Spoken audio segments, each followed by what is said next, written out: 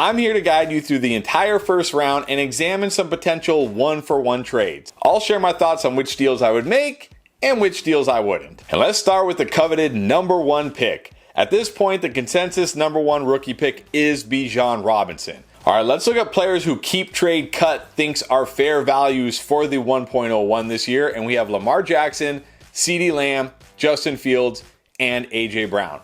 Let's start with the quarterbacks, Lamar Jackson and Justin Fields, because I feel they are fairly comparable. This comes down to team need. Do you need a quarterback? Are you in a Superflex league and you don't have 2 elite quarterbacks or even 2 very good quarterbacks? Then I would absolutely move off the 1.01 for one of these QBs. On the flip side, if you're good at quarterback, if you have depth, then I would probably just hold the number 1 pick and try to get something else for it, or just go ahead and draft Bijan. Now, what about the wide receivers? I think this one's a little bit trickier. For me, I am taking CeeDee Lamb here 99 times out of 100. He's entering his age 24 season. He's an elite top 5, top 8 fantasy wide receiver. And we've seen with wide receivers, they can produce well at 28, 29, even into their 30s. So you could still be looking at potentially 6 to 7 to 8 more years of elite production. A.J. Brown's a little bit closer for me. Now, he's only going to be 26 this year, but still, we're talking about maybe only 3 to 4 more years of elite production. Now, there's no guarantee you're going to get 3 or 4 elite years of production from a running back. But this, once again, will come down to what does my team need. If I'm good at wide receiver, if I have a lot of good young wide receiver talent and I need running back, I'll hold the number 1 pick. But if I need wide receiver help, especially if I need to get younger at wide receiver, I will happily give up the number 1 pick to get a stud, a young stud like A.J. Brown. All right, let's move on to the number 2 pick, and this is going to be one of C.J. Stroud or Bryce Young in most leagues, depending on who your preference is and possibly where they wind up. Now, Keep Trade Cut says fair players here are Garrett Wilson, Jalen Waddle, and Jonathan Taylor. Let's start with Jonathan Taylor, and this is once again going to come down to team need. If you're strong at quarterback, you don't need one of these rookie quarterbacks, and you can get a stud running back like Jonathan Taylor, I would absolutely do that. However, if you're weak at quarterback, especially if you have some aging quarterbacks like Matt Ryan, Ryan Tannehill, who really aren't elite anymore and may not help you for much longer, then I would hold the pick and take one of these rookie quarterbacks and hope they pan out. Now, for the wide receivers, I'm kind of going to say the same thing. I like both Garrett Wilson and Jalen Waddle a lot. They're both very young. They're both potential studs for the next 7, 8 plus years. But if you need quarterback help, especially in Superflex leagues, having a stud, young, rookie quarterback potentially is worth more than that wide receiver. So again, it's going to come down to what do you need. If you're good at quarterback, if you're solid at quarterback, I would happily take either of these guys. But if your team is really bad at quarterback and you need some youth and upside, I'm holding the pick. All right, now on to pick number 3, and this is pretty much just going to be whatever quarterback doesn't get taken at number 2. So here, Keep Trade Cut likes Kenneth Walker, Amon-Ra St. Brown, T. Higgins, Christian McCaffrey, and Kyler Murray. Let's start with Kyler Murray. He's an interesting one because you're pretty much trading a quarterback for a quarterback, and it comes down to which quarterback do you believe in. Now, we know Kyler Murray is a productive NFL QB when healthy. He's probably not going to be healthy in 2023. So if you're not a team ready to make a run this year, I'm fine taking Kyler Murray because as much as I like CJ Stroud and Bryce Young, we've still not seen these guys at the NFL level. We don't know quite what we're getting yet. We know Kyler Murray, when healthy, is a good fantasy QB, at least a top 8 fantasy QB. So I'm probably going Kyler Murray here and just not taking that risk if I'm not making a run in 2023. Let's move on to the running backs, and let's start with Christian McCaffrey.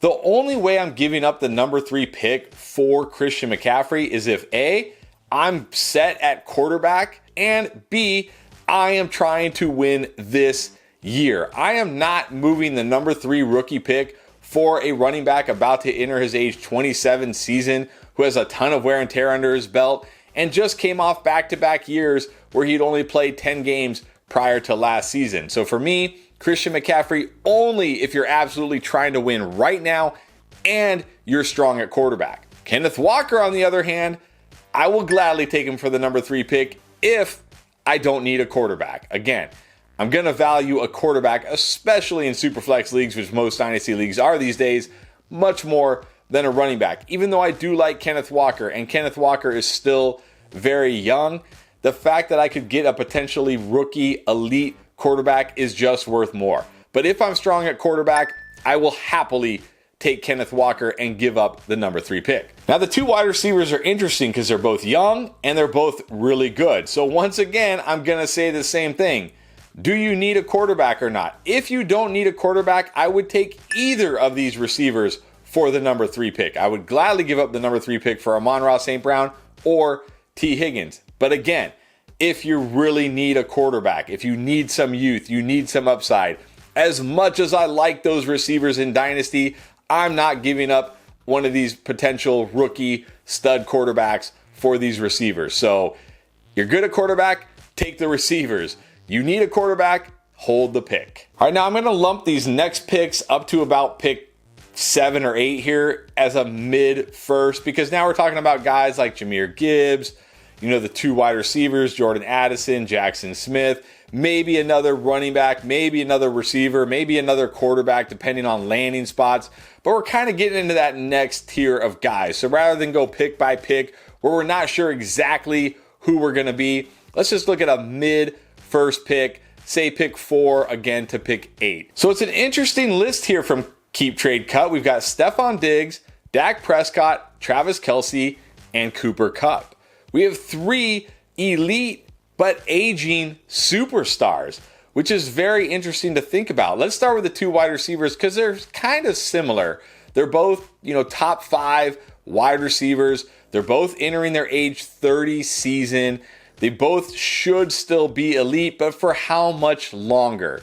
So once again, this is going to come down to, do you have a team that can contend right now this year? If so, then I would probably part with the pick to get one of these receivers and attempt to make a run. But if you're a team rebuilding, or you're a team where even one of these receivers probably isn't putting you over the top, it's just not worth it for what might only be 1 or maybe 0 more years of elite production. So win now, take the receivers. Anybody else, keep the pick. And then what about Travis Kelce? This is a guy who just keeps fending off Father Time like he's Tom Brady or something. Every year putting up tight end 1 numbers. I think it's 7 straight years where he's been either the tight end 1 or the tight end 2. Still an absolute beast. Still tied to Patrick Mahomes. So once again, I'm going to say the same thing. Are you making a run this year? Then go for Travis Kelce. Or are you in a tight end premium league? Then maybe I would also go for Travis Kelce. But outside of that, I want the picks because Travis Kelce at any moment, we could see the decline. We could see the cliff. Will it be this year? I'm not sure. But only if you're an absolute win now team would I take Travis Kelce. Otherwise, I'm going with the picks. Then we get to the quarterback, Dak Prescott. Why doesn't anybody like Dak Prescott? He was great in fantasy last year. Yeah, all the interceptions and all that, whatever. He put up monster fantasy games most weeks. He's got CeeDee Lamb. Hopefully Michael Gallup will be healthy. Maybe they'll get him another weapon. I'm taking Dak here almost 100 times out of 100 in Superflex leagues unless I'm absolutely stacked at quarterback. But for almost any other situation where Dak Prescott would be at worst your QB2, I think you have to take Dak Prescott here. Because if Dak Prescott is your QB2, or even if he's going to be your QB1, that is a massive upgrade for your team. So almost 100 out of 100, I'm taking Dak here. And then finally, we move to the later round picks. And again, this would be like 8 through 12. And these are the real kind of wild cards. And we don't even know who these guys are going to be right now because it's going to really matter landing spots. Some rookies that we're lower on now are going to jump up in value. Some rookies that we like right now are going to drop in value because they're going to drop in the draft. So these are really true wild cards with potential. So let's look at who Keep Trade Cut likes here. An early 2025 first, Deebo Samuel and DeAndre Swift. Let's start with the pick. There's no way I'm taking a 2025 first, even an early one, at this stage of the game because you really don't even, it's impossible to even say it will be an early pick at this point because you don't know what that team's future is going to be 2 years from now. So no way I'm taking the 2025 pick. What about DeAndre Swift? This is an interesting guy because he's still very young, does not have a lot of wear and tear on him. We know the talent is there. It's just the situation. Will he get used more this year?